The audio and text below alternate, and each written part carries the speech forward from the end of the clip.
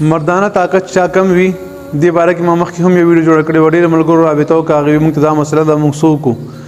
نو الحمدلله ډېرو ملګرو دا عمل وکړو چې کوم عمل ما مخکې ښودلی و. سوره یونس آیاتونه مې ښودلي 81 82 آیات هغه طریقه ما ټوله ښودلې وه دې نه مخکې ویډیو کې.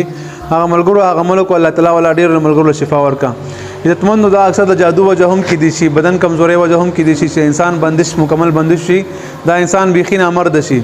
نو دغه علاج کولو دپاره سړي ډاکټري علاجونه مختلف قسم علاجونه یې کړي، مختلف قسم دوايانې خوړلې وي، خو دغه انسان دغه مسله هغه نه حل کېږي، بیا هم دغه مسله ورته راځي.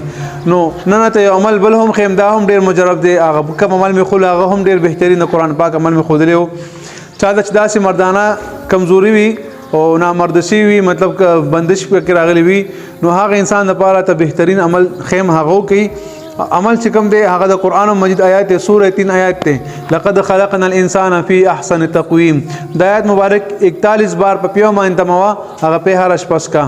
او د سلورم سپاره 153 نمبر آیات دی، 153 نمبر آیات دی.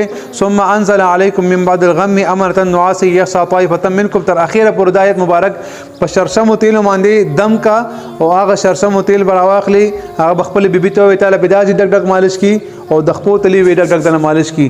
دا عمل یو وشوز لګاتار وکا، دغه دوران کې بیبي سره بنن نږدې کیږي، مطلب قروار اراده باندې کی، او دا عمل یو وشوز لګاتار وکا، یو وشوز دغه لقد خلقنا الانسان فی احسن تقویم دا هم وکا.